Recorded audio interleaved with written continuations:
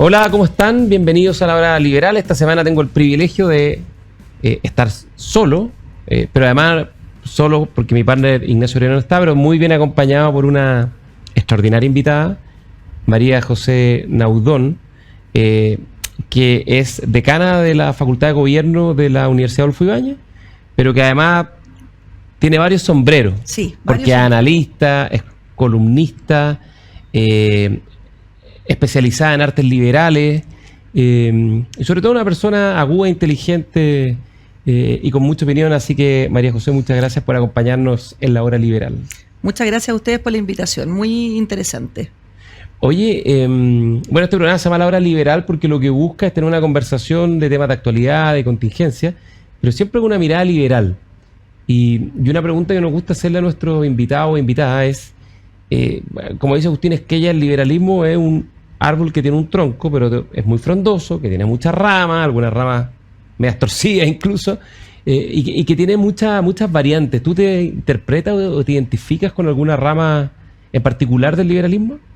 Mira, yo más que el liberalismo voy a llevarte a otro lugar, y es que efectivamente yo he trabajado en la universidad los últimos 20 años en la Facultad de Artes Liberales, y en el fondo es una visión de la relevancia o de la necesidad o de las competencias que tiene que tener un ser humano para ser efectivamente libre, porque la palabra libertad se dice muy fácil, pero la libertad implica muchas cosas, entre ellas la capacidad de pensar, o sea, la capacidad de razonar, la capacidad de estar de alguna manera protegido o advertido de las influencias que hoy día tenemos en el mundo, vía redes sociales, vía plataformas, ¿verdad? Y que nos hacen tener, yo diría, una apariencia o una ficción de libertad. Entonces, en ese concepto, a mí me gusta siempre ir al concepto griego de las artes liberales. Y es que la formación liberal en Grecia era la formación para los hombres libres. Los esclavos tenían una formación más bien técnica, es decir, se los entrenaba o se les enseñaba en la gestión de un conocimiento técnico. Y entonces eso me parece a mí que hace un sentido enorme hoy día. La formación liberal, que es la formación que permite la observación de los fenómenos desde distintas lógicas, es la necesaria, es la que se requiere hoy día para un verdadero ejercicio de la libertad, para un verdadero ejercicio de la libertad de un ciudadano que ejerce su libertad en la democracia o de un individuo que ejerce la libertad en su vida. Entonces creo que desde ahí uno también puede entender esa formación o esa raigambre liberal de la que estamos hablando hoy día. Pero es interesante el liberalismo porque de partida algo que si bien tiene raíces en la filosofía clásica, es bastante reciente, ¿no? El liberalismo moderno no debe tener más de 300 años. O sea, la rueda, la imprenta, no sé, la máquina a vapor incluso son, bueno, la máquina a vapor es más contemporánea, son inventos más antiguos. El liberalismo es una cuestión que tiene poco tiempo, que sus resultados desde el punto de vista de las instituciones y el progreso de la humanidad han sido extraordinarios, pero que hoy día no goza de buena salud o está un poquito complicado.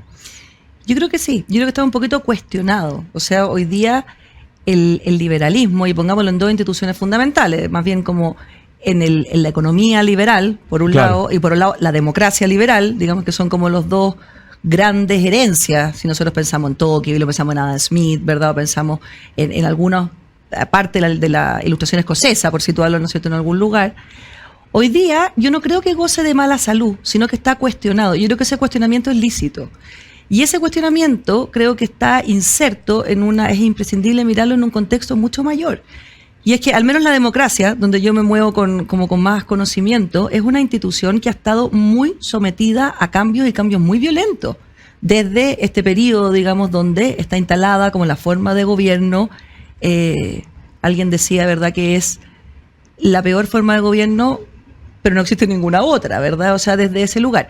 Y yo creo que es imposible pensarlo sin pensar en los cambios de época a la que está sometida esa institución. Entonces, si nosotros pensamos hoy día, por ejemplo, voy a poner tres, así como elementos en el debate. Lo primero, la democracia hoy día está interceptada muy fuertemente por una, digamos, o mediada por una serie de elementos que tienen que ver con la tecnología, que tiene que ver con la inteligencia artificial y que tiene que ver con distintas formas de relación de los seres humanos. Entonces, cuando tu ciudadano, o sea, aquel que es el centro de la democracia, cambia, es imposible que la democracia no cambie. Y entonces hoy día tenemos que preguntarnos eso, ¿cómo es la participación? Eso es algo que ¿Cómo Harari es lo ha tratado mucho, y Bull claro. Chun Han escribió un libro que se llama Infocracia, que básicamente lo que dice hoy día la democracia de los ciudadanos está cambiando a la democracia de los datos y los algoritmos. Claro, y en el fondo la pregunta es, ¿qué rol tiene hoy día? Y en el fondo acercarnos a una cosa que también es interesante, que la ha tratado muchísimo del linearity, por ejemplo, o también en los clásicos libros más de difusión, porque mueren las democracias, o claro, poder, etcétera, y que tiene que ver con que hoy día la democracia liberal no corre riesgo desde el riesgo tradicional, que tenía que ver con los golpes de Estado, que tenía que ver con la toma del poder por la fuerza. La democracia hoy día corre riesgo porque se corrompe desde dentro, es decir, tenemos hoy día digamos, jefes de Estado que llegan al poder a partir de las reglas de la democracia, pero dentro de la democracia corrompen digamos, la estructura democrática. Esa por una parte. Pero por otra parte, también, incluso si esa estructura democrática, pensemos en el Donald Trump, por ejemplo, no se corrompe en el sentido de las instituciones, o sea, no se cambia la Constitución para poder gobernar 3 periodos, o eso no ocurre, incluso así, hay una cierta banalidad, hay una cierta frivolidad, hay una cierta performance hoy día en la política que también corrompe las instituciones. Es decir, entender la política hoy día como una entretención. Y esa asimilación entre esas dos cosas que de suyo no son asimilables, también produce una corrupción profunda de las instituciones y de la democracia. Y además, diría yo una tercera cosa, la democracia corría en tiempos donde el avance de las cosas tenía un ritmo mucho más lento que hoy. Hoy día el mundo corre a una velocidad enorme y entonces los resultados que la democracia puede entregar no son tan rápidos.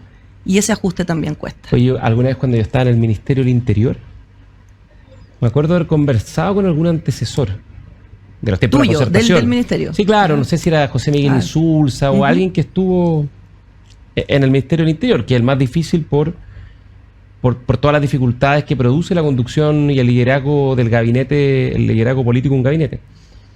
Y me comentaba que la rutina, años 90, comienzos de los 2000, era exigente, sin duda, pero era muy distinta porque tú llegabas en la mañana a La Moneda, te traían los diarios y las principales noticias de los recortes de prensa, veías cuáles eran los temas más relevantes, hacías tu punto de prensa, despachabas las preguntas de los periodistas, y de ahí se producía un vacío prácticamente hasta el otro día. Es cierto que aparecía el diario de la segunda de la tarde, las radios siempre tenían sus despachos noticiosos, pero ahora hoy día es una cuestión continua, permanente, que literalmente es 24/7, porque las redes sociales y las nuevas formas y tecnologías generan un flujo continuo de información que es impresionante, donde permanentemente están produciéndose cuestiones muy brutales, pero pasan media hora y lo que era brutal ya no es brutal y aparece una nueva brutalidad, ¿no?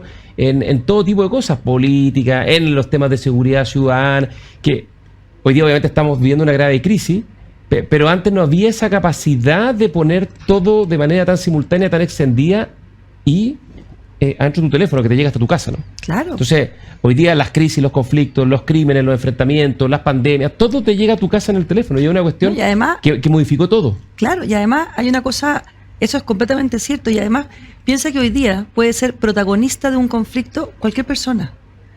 Entonces esto está mucho más extendido. Sí, y le diste, además con las redes sociales, le diste un megáfono a todos los ciudadanos. Antes había que hacer un partido, ganar las elecciones internas, ser candidato, tener liderazgos formales. Hoy día la democracia está completamente, no sé si desafiada la palabra, pero las redes sociales, lo que tiene cosas buenas, recordemos que la primavera árabe surge a partir de las redes sociales, pero también tiene algo malo, digamos, que es que todo tipo de expresiones hoy día tienen poca mediación, y eso genera, digamos, un ruido ambiente que es muy fuerte. Y además hay que pensarlo quizás también de otra manera, porque en el origen las redes sociales lo que prometían era justamente democratizar la participación, ¿no es cierto? Es decir, hasta antes, como tú lo dices, había una cierta estructura jerárquica de participación. Entonces, que estaba puesta en los partidos, que estaba puesta en las instituciones, que estaba puesta en ciertos cargos, ¿verdad? Y los ciudadanos solo podían participar más bien a través de sus votos, o sea, ese es el gran ejercicio ciudadano, o a partir de canalizar sus aspiraciones o sus opiniones a partir de otros. Entonces, las redes sociales efectivamente producían o generaban ese ideal de democratizar la participación. Y en cierto sentido es así. El problema es que el efecto no esperado, como tienen muchas veces estos desarrollos, ¿no es cierto?, tecnológicos, es que lo que se ha producido más bien son cápsulas de información. Entonces, por eso yo partía diciéndote que hay esta idea de libertad, pero que no es tan así. Y por varias cosas, porque uno puede pensar primero, hay estudios hoy día neurocientíficos muy claros que te indican que esta enorme variedad de opciones, lejos de ampliar la gama, más bien hace que las personas como que les produzca un cierto agobio, o sea, más bien limitan su decisión que abrir su decisión. Por otra parte, tenemos algoritmos que están todo el tiempo proveyéndote información que tiene que ver con tus propios sesgos, y más que eso, están dejando fuera información que podría desafiar tu propio conocimiento. Y eso es muy grave. Y además surge todo el tema de las fake news, que por la rapidez, digamos, con la que se diseminan, digamos, entre los ciudadanos, están de alguna manera ejerciendo como ríos por debajo las fuerzas que están tomando las decisiones. Entonces, es verdad que ha habido una ampliación en la posibilidad de participación, es verdad, pero ha surgido con esto unos ciertos riesgos que yo creo que hoy día es interesante preguntarse, como pregunta, digamos, central, si es la democracia liberal, como la entendemos, el régimen político que va a seguir vigente, o por el contrario, vamos a cambiar. O, otra pregunta, y es, si esa democracia liberal va a seguir vigente, ¿cuáles son los asuntos en los que tenemos que reparar o poner atención para que efectivamente esa forma, esa estructura sobre la que se sostiene, efectivamente pueda avanzar o pueda construir acuerdos, confianza, relaciones y hacer avanzar a los países? Oye, esto que es bien global, porque esto, de hecho, el Economist hace algunos años tituló en una portada la crisis de la democracia o la democracia iliberal. Le pusieron un título a este tema, ¿no? ¿Hay algún país, hay alguna región donde uno pudiese tener esperanza? Es decir, mira, ¿sabéis que los noruegos, los daneses lo están haciendo bien? ¿Han logrado hacer algunos ajustes? ¿Han incorporado, no tengo idea, ciertos mecanismos de... a mí no me gusta mucho, ¿no? Pero qué sé yo, de participación directa o algún tipo de... ayornamiento de las instituciones de la democracia liberal que hayan reducido estas tensiones, o esto es una cuestión hiperextendida?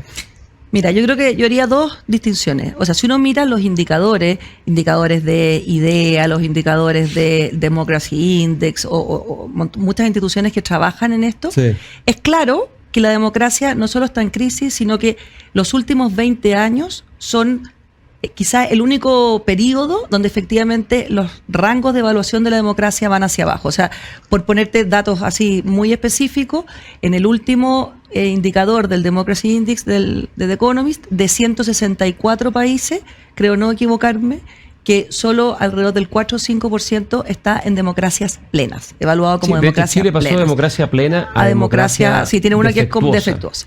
Entonces, ese indicador... Democracy. Exactamente. Ese indicador es así, eso en términos genéricos. Ahora, si uno piensa qué es lo que se evalúa y piensa en representación, derecho, participación y elecciones, que más o menos son como los 4 elementos que se buscan, en esos escenarios hay países que rinden mucho mejor. Y la foto uno la ve de todos colores, ¿verdad? Entonces, yo creo que sí, existen países en el mundo en el que la democracia funciona bien y sería interesante justamente ver cómo han incorporado esta posibilidad de democracia directa o de participación. ¿Y a quién tenemos que mirar? ¿A quién tenemos que mirar? Es que ahí yo tendría otra pregunta, que no es por obviar la respuesta, pero yo creo que no hay que mirar específicamente a nadie, porque cada país tiene su propia especificidad, sino que hay que tender a lograr generar confianzas en las instituciones y cuidar las instituciones, cosa que en nuestro país no ha existido en el último tiempo y las consecuencias las estamos viendo. Entonces, la pregunta es, al interior de cada país, ¿cómo se cuidan las instituciones? Y en términos generales, ¿cuáles serían quizá algunas prevenciones? Y de esas prevenciones, donde los países donde funcionan, generalmente tienen que ver con esto.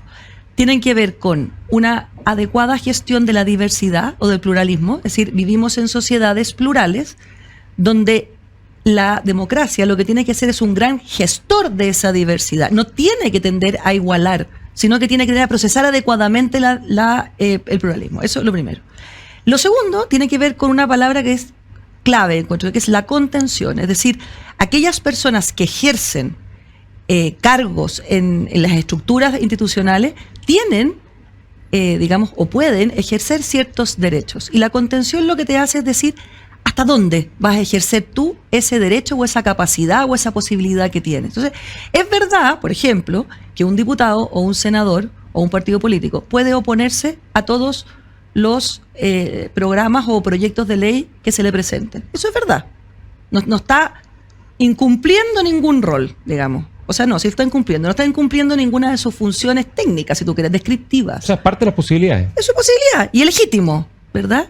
Pero parecería, ¿verdad?, que el ejercicio de la democracia existe una cierta contención, que le podríamos llamar acuerdo, le podríamos llamar diálogo. Entonces, ahí hay un tema muy interesante, ¿verdad?, en la gestión, digamos, de la democracia, digamos, cotidiana. Y el tercero, diría yo, es que la democracia está exigida en términos de resultados. O sea, si la ciudadanía no es capaz de experimentar esos resultados en su vida cotidiana, la democracia no funciona. Entonces, tú dices, tolerancia, contención y resultados, yo diría que es una tríada virtuosa si queremos pensar en hacer sólidas las instituciones y sobre todo en permitir que la democracia avance. Ahora estamos en un problema, porque si tú piensas en la democracia chilena en los últimos 5 años, tolerancia cada día más baja. Exacto. O sea, hoy día es la cultura de la funa, de la cancelación, de la exacerbación de la tribu y de la incapacidad de siquiera sentarse a conversar con el que piensa diferente. En cuanto a la contención, hoy día hablar de acuerdo es arriesgarse a recibir piedrazo en la cabeza. El que dice, el que lo propone y el que se abre pagan costos gigantescos y eso en términos políticos es complejo porque tú al final del día tienes que tener votos para ganar elecciones. ¿Y el tercero? Y el tercero, resultado. Resultado ni hablar, pues hoy día los resultados de la democracia particularmente, y vamos a hablar de eso a la vuelta, tenemos que ir a hacer una pausa. Se cumplieron 2 años de la actual administración y el presidente Boric y su gabinete buscaron instalar la idea que estamos mucho mejor que hace 2 años, lo cual parece una broma de mal gusto, digamos, o una desconexión total, digamos, o las dos cosas. Y por lo tanto da la impresión de que el panorama, por lo menos al mediano plazo, no se ve muy claro, ¿no? Claro, pero a contrario sensu, digamos así como lo vemos en la academia, eso es verdad. O sea, lo que tú dices da la razón, ¿verdad? O sea, en un país donde no hay tolerancia o mala gestión del pluralismo, si tú quieres, donde quienes tienen el poder lo ejercen sin contención y sin calibrar los riesgos, y donde de alguna manera no hay resultados que se experimenten en la vida de los ciudadanos, es como estamos. O sea, entonces, los resultados son paupérrimos y por estamos supuesto, cada día más entonces, polarizados. Exacto. Entonces el punto es decir, a ver, yo siempre creo que hay una desconexión bien importante entre el mundo político y la realidad, y yo la veo en esto, mucho más que en la desconexión que los temas o las ideas que se debaten, que me parece que son propias de estamentos que están mirando la realidad de otro lugar.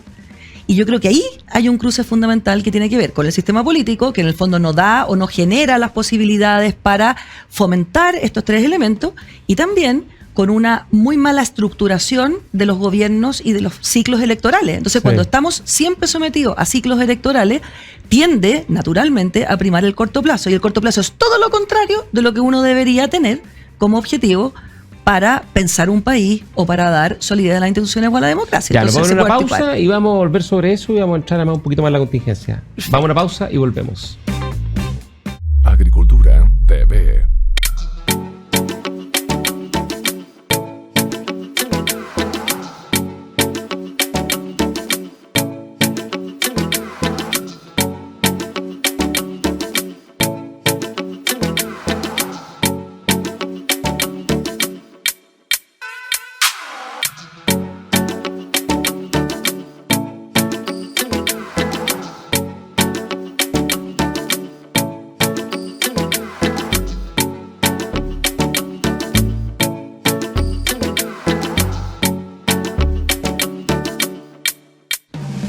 Estamos de regreso en la Hora Liberal con María José Naudón, decana de la Escuela de Gobierno de la Universidad Adolfo Ibáñez, abogada, pero además con mucha opinión, porque es panelista, como se dice, de una radio amiga. De una Ahora radio mismo amiga, decirla, no me van a retar, pero en T13, en las mañanas. Y además columnista del diario La Tercera. La Tercera. Pero además, lo conversábamos antes de entrar al programa, tú eres de una familia muy política. De hecho, yo en algún cargo de gobierno en Piñera 1 me tocó trabajar o coincidir con algún hermano tuyo, yo creo. Sí. Tu padre es un dirigente histórico de Renovación Nacional, por ahí también nos cruzamos algunas veces. Un abuelo que fue diputado radical, del Partido Radical. Y tú me contabas algo que es divertido, porque también en mi casa siempre fue algo así, ¿no? Cuando yo era muy chico, me acuerdo que los domingos de elecciones eran, no sé, casi días de fiesta, ¿no? De empanadas de vino, la Coca-Cola, almorzar juntos, sentarse a esperar los resultados, ver los resultados de las elecciones y los cómputos con cuaderno, con lápiz, escucharlo en paralelo en la radio y vivir, gozar y sufrir la democracia, digamos. Tú tienes mucho de eso también en tu historia y te gusta harto, muchísimo. Obviamente, la política, se nota. Muchísimo. O sea, mi familia es una familia donde la discusión política, la discusión de la contingencia era muy cotidiana. Mi papá nos ponía en la mesa del comedor a nosotros somos muchos hermanos, somos 7 hermanos, entonces yo creo que un poco para gestionar que la mesa no fuera tan catastrófica, nos iba preguntando todos: ¿quién es el ministro del Interior? ¿Quién es el ministro de no sé dónde? ¿Qué opina usted de no sé qué cosa? Entonces, desde que éramos muy chicos, estuvimos como de alguna manera amistosa y cuidadosamente involucrados con el país. Y efectivamente, mi abuelo fue diputado del Partido Radical, mi papá fue secretario general de Renovación Nacional, y después mi marido, mis hermanos también han participado mucho, digamos, en el mundo público. Entonces, esta es una conversación muy cotidiana en mi casa.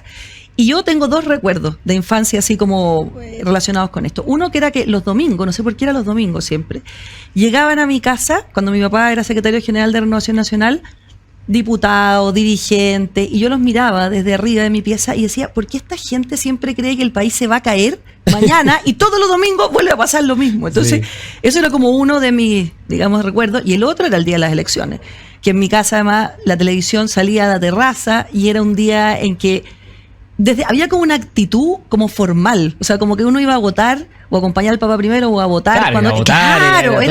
Tenía una dignidad muy importante, o sea, había una discusión. La liturgia republicana. Claro, o sea, un rito, era un momento de rito, o sea, uno iba a votar, volvía al principio con el dedo negro, después no, y eso se iba como diluyendo, y yo creo que es una excelente, la familia es un excelente formador de educación cívica. ¿Familia de 7 hermanos? 7 hermanos. ¿Y cuántos hijos tienes? También 7. Repliqué el modelo. No se cuadró azarosamente, pero repliqué el modelo. Pero que increíble la coincidencia, ¿eh? No, un número además muy habitual.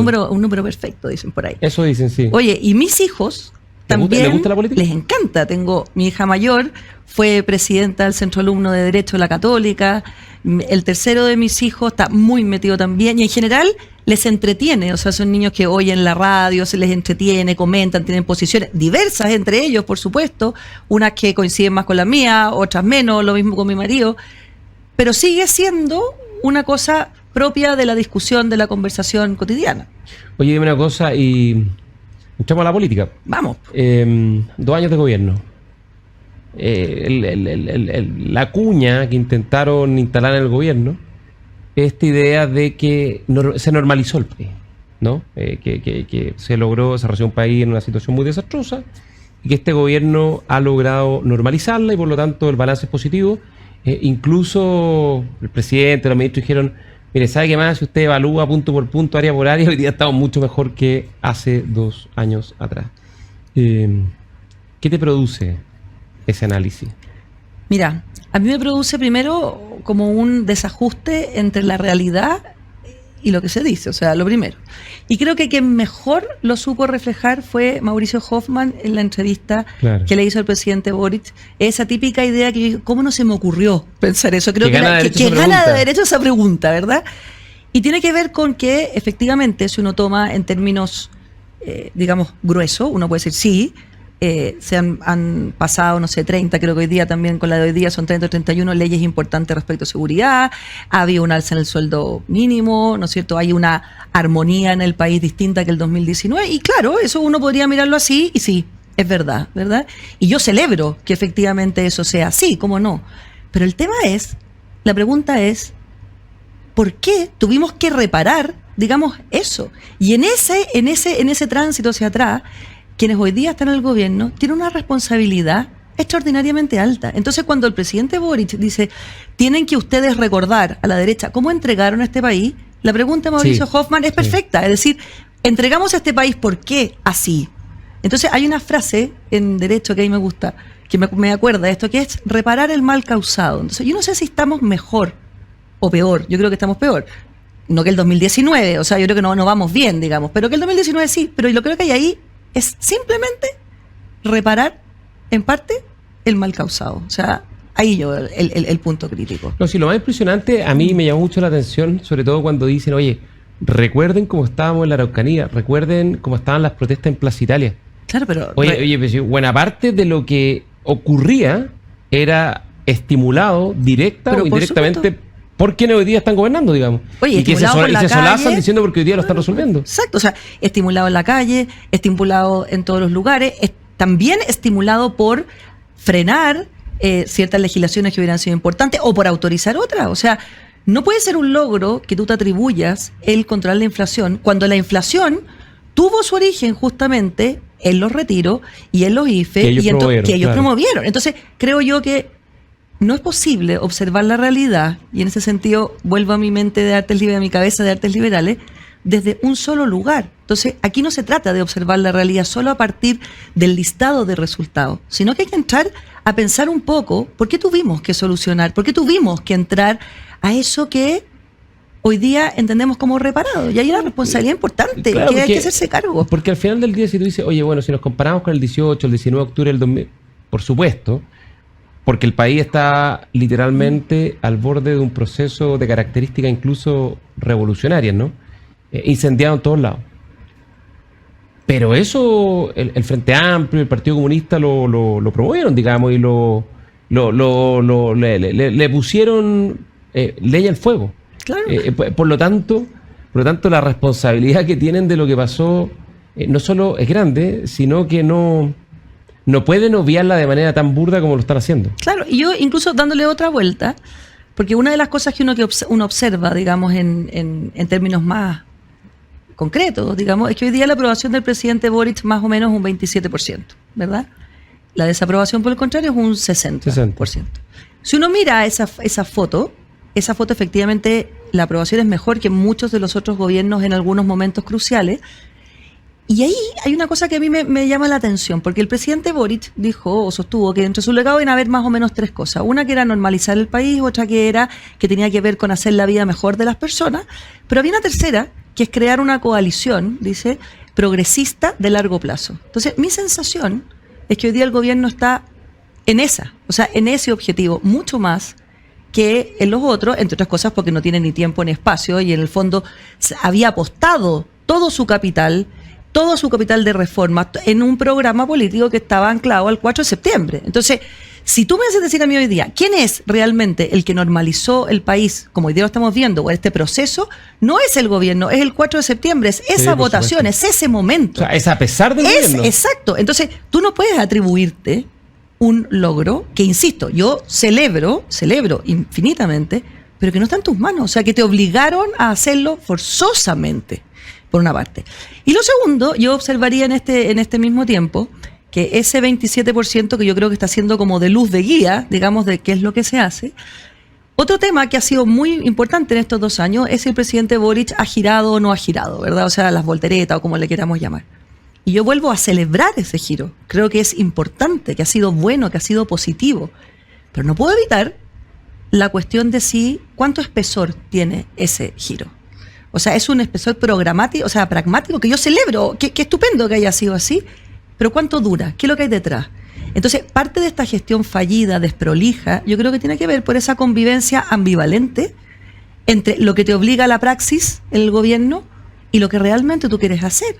Entonces, en cierto lugar, yo creo que para el Frente Amplio y para la coalición, para Apruebo Dignidad, digamos, el costo de gobernar es demasiado alto. Ha sido muy alto. Si uno lo mira, típicamente cuando uno hace una evaluación de la gestión de un gobierno, piensa en dos cosas: en resultados y en cómo ha girado políticamente desde que partió hasta ahora, ¿no? Desde el punto de vista de los resultados, si tú miras la economía, Los resultados son de malo a muy malos, digamos, son paupérrimos. Más allá del control de la inflación, claro, que es además estabilizar es una más bien pega realidad. el Banco Central, Claro. más allá de cierto esfuerzo fiscal que hay que reconocer al ministro Marcel, pero la verdad es un trabajo de la política monetaria del Banco Central. En seguridad pública, la sensación, los datos y lo que uno ve es que el crimen organizado está hoy día en niveles que nosotros jamás imaginábamos que podían llegar a ocurrir en Chile. Educación y salud están enfrentando crisis feroces, ¿no? Entonces, desde el punto de vista de los resultados, el balance es malo. Y desde el punto de vista político, al final del día lo que uno ve es que prácticamente toda la semana el presidente, los ministros, el gobierno, están dando explicaciones por lo que hicieron o por lo que dijeron O por lo que previo a que dejaron fuera de el hacer, gobierno. exacto. Entonces hoy día hacen básicamente lo contrario prácticamente en todos los temas que ellos criticaron. De hecho es como, yo diría que es como irónico, ¿no? Pero es como este es como un gobierno que está castigado por su mala conducta anterior a defender todo lo que cuestionaron, ¿no? Tú sabes que ya llevan algo así como 700 días con estados de excepción en Biobío y la Araucanía. Tienen militares en las fronteras para frenar la inmigración, que antes los defendían a muerte, ¿no? Hoy día se oponen fuertemente a los retiros, promueven el crecimiento económico, son los paladines de incentivar a la industria extractivista. Mira este acuerdo que hicieron nada menos que con Soquimich para promover la producción de litio en Chile, algo que antes era muy cuestionado. Y al final tienen que estar, ni hablar de lo que pasó la semana, ¿no? Con el tema de los militares. El alcalde frente amplista muy ícono, pidiendo presencia militar en las calles para combatir el crimen organizado. Lo que antes era una herejía, digamos. Y el gobierno está permanentemente explicando que desde la moneda, desde el sillón de O'Higgins han aprendido, han cambiado. Pero yo creo que tú tienes un punto que es demasiado cierto, que esos giros son muy inconducentes, muy inútiles en la práctica, si no son capaces de explicar o mínimamente fundamentar de por qué giraron. Es que yo creo que ese es el punto, porque todo lo que tú estás diciendo, yo lo celebro, ¿verdad? Es decir, todos esos cambios a mí me parecen correctos, me parecen adecuados, me parecen buenos para emprender, por supuesto. O sea, no lo ve. Y es más, te diría, incluso iría un poco más. A mí me parece que todas las personas tenemos la capacidad de pensar de nuevo aquello que y por tanto de poner en cuestión, exactamente. Y además ni siquiera, no solamente un derecho humano, es un deber poner en cuestión, ser sanamente escéptico respecto de lo que tú piensas. Por tanto, yo nunca podría estar en contra de una persona o de una coalición que ha puesto en cuestión lo que cree. Por lo tanto, yo ahí, digamos, creo que hay un valor. El problema es que cuando tú tienes que mostrar que cambiaste de opinión, tienes que ser capaz de fundamentar. ¿Por qué? Porque si no, es simplemente un pragmatismo que tiene una duración, digamos, efímera. Hasta que cambie el viento. Hasta que cambie el viento. Sí. Yo veo ese problema por una parte. Y lo segundo que creo es que digamos, asumir el costo que tiene gobernar no es una asunción pareja en el gobierno. Es decir, hay un grupo, que es el socialismo democrático, que lo tenía ya internalizado porque tenía experiencia, porque venía de la concertación, porque venía de una cierta ruta, digamos, política. Y este otro grupo, el Frente Amplio y el Partido Comunista, todo lo contrario. O sea, yo creo que lo que pasa es que aquí no hubo una reflexión respecto del poder. Se encontraron con el poder. Y al encontrarse con el poder, hubo algunos que maduraron en tiempos distintos que los otros. Y lo que vemos hoy día es que esa tensión no solamente es inconsistente, digamos, hace inconsistente, que sería como un tema, pero yo veo otro problema. Y es que esa tensión está, por una parte, entorpeciendo la gestión, porque en el fondo no hay claridad en el equipo de queremos ir para allá. Hay unos que están más claros que otros. Y lo tercero, que incluso si asumiéramos, que yo no lo creo así, pero si asumiéramos que estamos mejor, como lo ha declarado el presidente Boric, saquemos ya dijimos que estamos mejor que el 2019 por el 4 de septiembre. Pero mucho peor que el 17 de octubre del 2019. Por eso te estoy diciendo, o sea, si incluso asumiéramos que eso es así, este gobierno igual tiene un problema. Y es que la ciudadanía no lo percibe así. Y tú ahí, en ese punto, que es el punto ciudadano, hay que preguntarse por qué, o sea, ¿qué es lo que pasa? Y yo creo que hay un descalibraje entre el sentido común ciudadano de alguna manera, su percepción de la vida, o sea, lo que yo siento cuando salgo a la plaza, lo que yo siento cuando voy a pagar las cuentas, y el relato, digamos, del gobierno.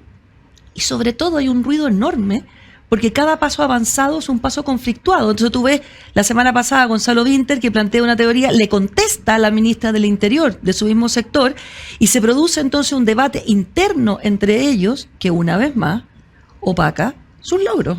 Entonces esa inconsistencia no es solo respecto de la derecha, no es una observación de la derecha, es una observación simplemente de alguien que está mirando el juego y la administración como hoy día está. O sea, lo que pasa es que al final lo que uno piensa es que estos giros, estos cambios, está bien, el presidente Boric los puede defender, la ministra toda también, pero rápidamente salen los dirigentes del Frente Amplio, el Partido Comunista, a hacer declaraciones que contradicen todo esto.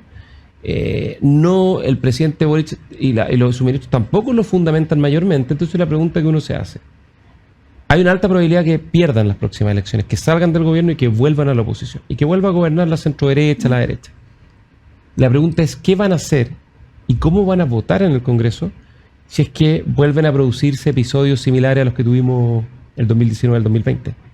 Y yo tengo la impresión, o más bien la convicción, de que salvo excepciones puntuales, lamentablemente tiendo a creer que la conducta no sería muy distinta a la que tuvieron. Yo pienso bien parecido a ti. Y de hecho, si uno piensa en Gonzalo Vinter y la batalla cultural, tiene que ver con eso, ¿verdad? Tiene que ver con que el costo de gobernar ha sido demasiado alto respecto de las ideas fundantes de ese grupo. Y además, esto es bien interesante porque esto se produce, para ser justo, en la derecha y en la izquierda, ¿verdad? Hay grupos que tienen vocación de vociferante y hay grupos que tienen vocación de gobernabilidad. Y la vociferancia y la gobernabilidad son radicalmente distintos.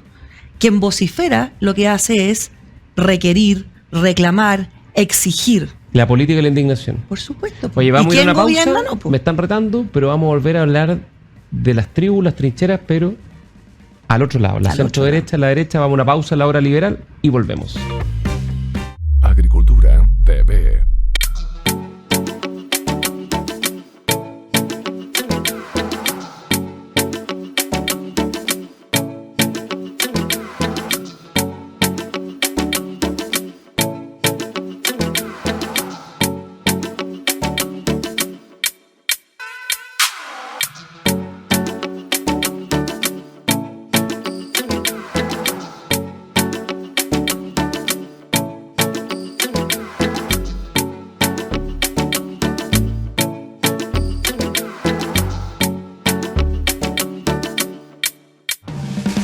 Estamos de vuelta en la hora liberal, tercer bloque con María José Naudón, Universidad Adolfo Ibáñez, Artes Liberales, decana de la ¿Escuela o Facultad de Gobierno? Escuela de Gobierno. Escuela de Gobierno.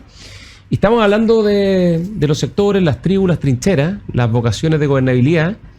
¿Cómo estás viendo la derecha respecto a eso?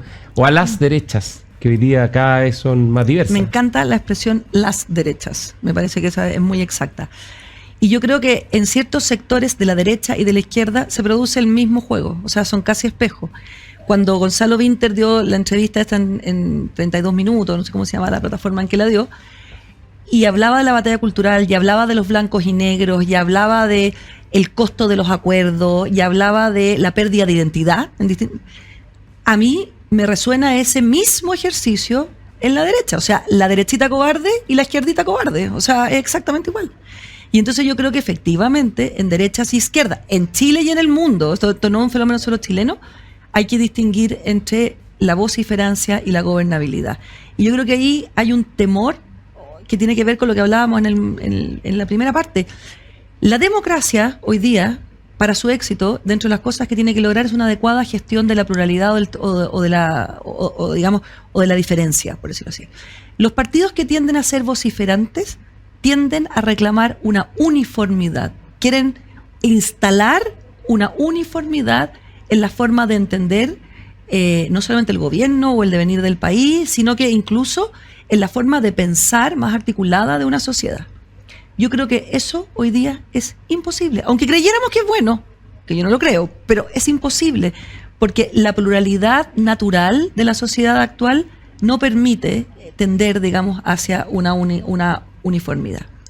Ahora, ¿de qué se agarran esos partidos? Porque esos partidos no nacen como generación espontánea, ¿verdad? Nacen también de, y me gusta a mí, este concepto, mira esta idea. El domingo hubo elecciones en Portugal y el partido que tuvo mayores votaciones se llama Chega. Y Chega en portugués quiere decir basta. Entonces, a mí me parece que es muy claro, digamos. Entonces, estos vociferantes se agarran de esta sensación de basta, ¿verdad?, de la sociedad, que tiene que ver por una parte con falta de resultados, pero por otra parte con una instalación de una cierta hegemonía cultural que también tiene bastante agotada, digamos, a la sociedad, ¿verdad? Entonces, ese concepto como del retroceso civilizatorio puesto en todas las cosas, como si no se pudiera debatir ciertos aspectos o ciertas categorías que son perfectamente debatibles. Entonces, yo creo que todo eso genera estas vociferancias. Y el problema es que esas vociferancias creen o se equivocan, creo yo, en entender que el diálogo, los acuerdos o, digamos, este aunar posiciones te hace perder la identidad. Yo creo que es todo lo contrario. Para negociar tienes que tener absolutamente claro quién eres. Solo si sabes quién eres puedes negociar.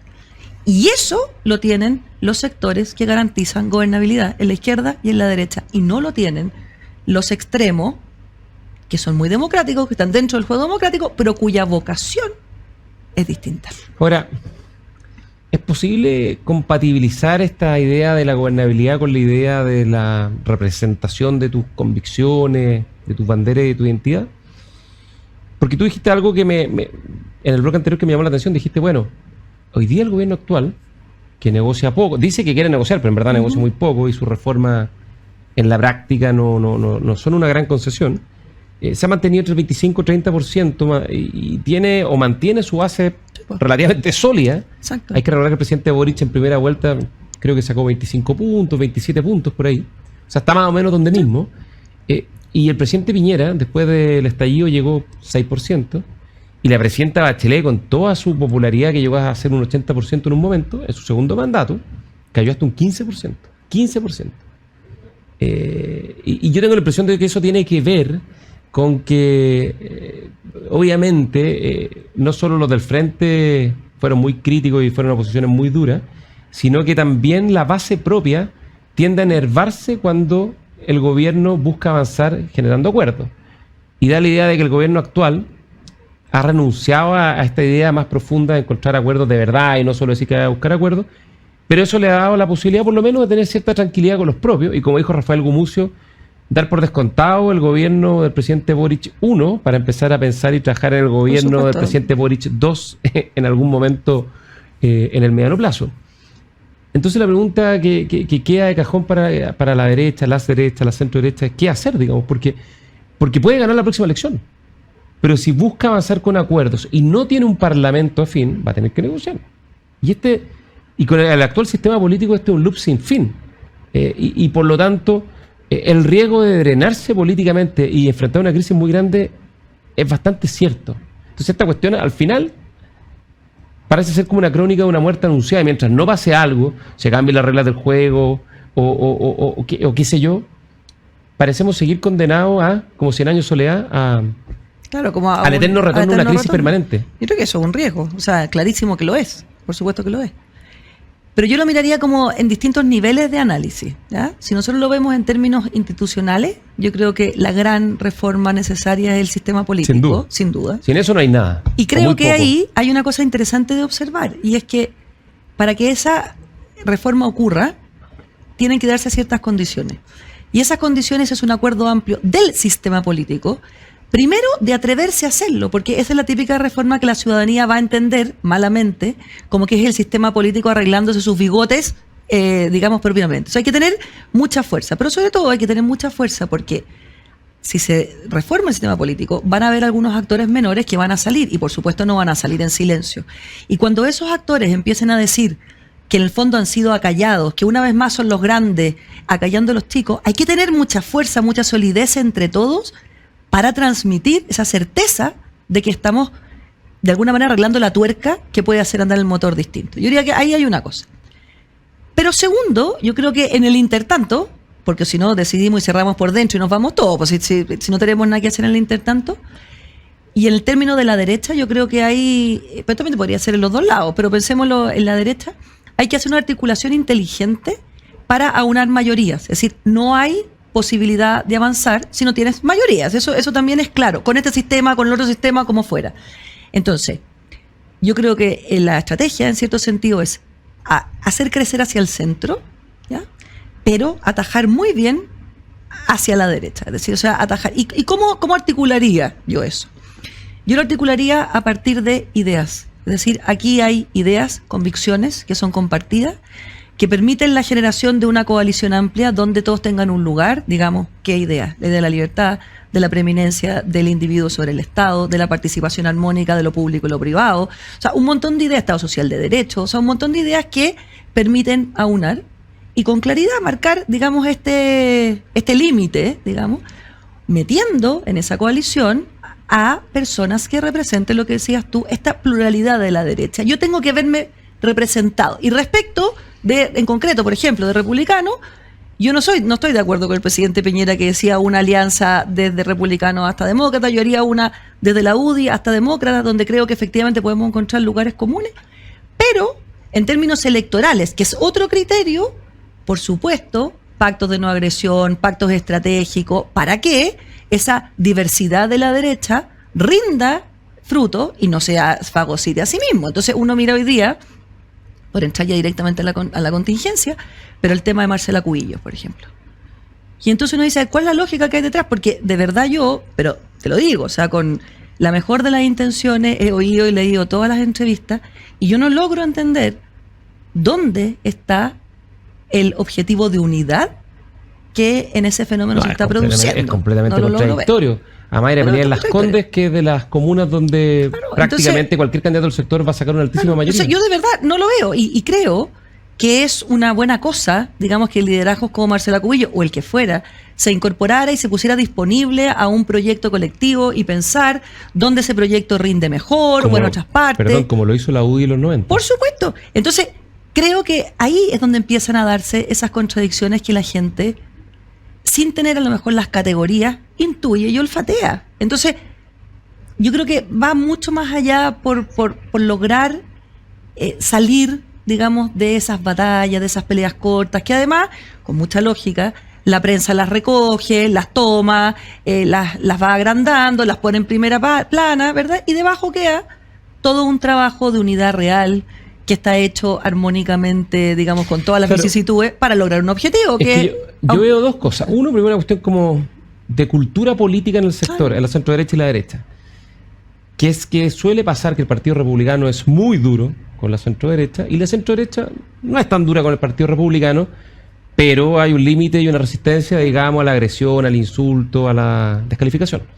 Y por lo tanto, si no hay capacidad de comprender de que finalmente ambos sectores, no solo para hacer oposición, especialmente para hacer gobierno, que es lo que Chile necesita para cambiar el rumbo de este país, que hoy día está muy complicado, si no se entiende que compiten, pero a su vez, porque compiten por un mismo electorado, pero por otra parte es muy probable que se van a necesitar si es que llegamos a ser gobierno. No, y se articulan por un objetivo, claro, que es distinto. Entonces, yo siempre el punto que a mí me hace ruido de todo esto es que finalmente queda la duda si el Partido Republicano, que es muy legítimo que exista, lo que quiere es articular acuerdos con la centro derecha o definitivamente reemplazarlo y sustituirlo un poco haciendo el mismo ejercicio y esfuerzo que hizo el Frente Amplio con la concertación. Por eso te digo, entonces yo creo que ahí hay una... Porque si es lo segundo es muy difícil.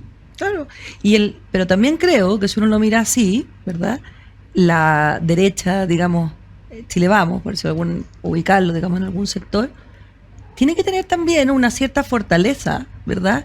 Porque en política la forma y el fondo son igualmente importantes. Sí, claro. Igualmente importantes. Sí. Entonces, está bien, es duro, se pagan costos, completamente cierto, y si pensamos en el primer proceso constituyente, la UDI, Chile Vamos en general, pagó muchos costos, ¿verdad? O sea, eso es completamente cierto para canalizar, ¿no es cierto? Y claro, y hoy día es fácil ser general después de la batalla y pensar, mira, es que esto fue constitucionalizar un problema. Está bien, pero puesto en ese momento, a mí me parece que fue la decisión correcta, fue una forma institucional de canalizar una crisis y efectivamente se pagaron costos. Pero esos costos, si uno los mira en el largo plazo, no son costos, son ganancias. Y entonces, cuando Republicano le tocó dirigir, por ejemplo, el segundo proceso constituyente, bueno, tú te das cuenta que tampoco esa estrategia funciona. Entonces, yo creo que hay que apostar con certeza a un estilo de forma y fondo de hacer política. Hay que ser inteligente y obviamente en la estrategia intentar moverse lo mejor posible. Y, insisto, o sea, yo creo que si viene una coalición, para mi manera de verlo, no puede ser tan amplia como eso, porque hay como ciertos centros no compartidos que a mí me parecen como importantes, pero sí uno puede articularse razonablemente en pos de un objetivo, en este caso ganar, no sé, tantas municipalidades más, prepararse para la presidencial, o sea, y eso requiere liderazgos. Y yo creo que hoy día existen liderazgos que pueden de alguna manera encauzar esa forma y fondo de hacer política y pueden navegar con todos los riesgos, con todas las dificultades, pero pueden hacerlo. Oye, al final lo que sería incomprensible, y yo creo que esto sería más bien imperdonable, que las derechas que lograron los 2/3 del último Consejo Constitucional y que probablemente están en su momento de mayor fortaleza política en mucho tiempo, las dos personas mejor posicionadas de cara a la próxima presidencial son dos liderazgos muy fuertes de las derechas, Evelyn Matei y José Antonio Kast, que no fuesen capaces al final de llegar a los acuerdos necesarios, no necesariamente alianzas políticas, pero a ciertos pactos básicos de gobernabilidad para sacar a este país del fango en que estamos y hacer un cambio. Es que además no puedo estar más de acuerdo. Por eso y por, eso sería imperdonable. Por una cosa imperdonable, de responsabilidad y una cosa pragmática también. Porque tú puedes ganar una elección, pero después tienes que gobernar. Y eso son dos cosas completamente distintas. Casi es más fácil ganar la elección, o sea, no sí. Casi, es más fácil ganar la elección que gobernar. Entonces, si tú realmente tienes visión de largo plazo, tendrías que estar pensando cómo articulas, qué cedes, qué dejas. Pues te digo desde tu más, digamos, definida identidad, para el día que llegues a gobernar, poder hacerlo. Porque si no, la pregunta que yo siempre hago es, ¿para qué? O sea, ¿para qué quiero yo llegar al gobierno? Quiero llegar a la moneda, si no puedo gobernar. Entendiendo gobernar es hacer un país mejor, con más crecimiento, con más trabajo, en que la gente esté segura. Que efectivamente uno puede mirar para atrás y decir, al final estábamos mejor que al comienzo. Exacto, pero verdaderamente, profundamente. Sí. Oye, nos tenemos que ir. Muchas gracias, María José. Nos quedan 30 segundos. Siempre le preguntamos a nuestros invitados que nos cuenten qué están leyendo, qué series están viendo. Oye, yo estoy leyendo, mira, vengo de un verano muy leído, muy entretenido, además de lectura. Solo novelas leí porque me encanta leer novelas. Leí 3 novelas extraordinarias. Una que se llama La otra hija, de una escritora francesa que se llama Annie Ernaux, que es una novela cortita y que cuenta una historia, que es la historia de una mujer que ha perdido a su hermana, pero ella en su biografía no supo esto, se lo supo muy por rebote, y en el fondo es cómo ha convivido ella con el espíritu de esta hermana muerta y cuánto le ha afectado esa ausencia o esa presencia. Annie Ernaux, una escritora francesa muy buena el libro. La otra hija. La otra hija. Llama. Y después, a mí me gusta de repente como leer autores, así como canónicos. El catálogo. Claro, el catálogo. Y entonces leí 2 libros muy buenos de Emmanuel Carrère, francés también. Uno, B13, que es el que cuenta, el último. Sí. Claro, y que cuenta, en el fondo, es un reportaje escrito sobre los atentados de Bataclan. Sí, ¿ya? El 2015, parecido en el estilo del Adversario. Exactamente. Extraordinario el libro porque, si bien está dando cuenta de una crónica periodística, en el fondo, Emmanuel Carrère asistió a todas las sesiones del juicio. Profundidad, una intensidad, un dolor. Una intensidad humana. Sí. Mira, hay una parte que me parece fascinante, que es cuando se juntan a conversar el padre de uno de las personas, digamos, que dispara o que está a cargo, no me acuerdo bien, de algunos terroristas, digamos, y el padre de una de las víctimas. Sí, no. O sea, oye, y cortito nosotros que el otro de Carrère. Y el otro, El Reino. Uf. Maravilloso, que en el fondo es una reflexión más bien de convicciones religiosas a partir del Evangelio de San Juan. Emmanuel Carrère es de lo mejor de los maravilloso. Esos 3 realmente un gozo. Oye, María José, muchas gracias. Nos vemos la próxima semana a la hora liberal. Chao. Que estén muy bien.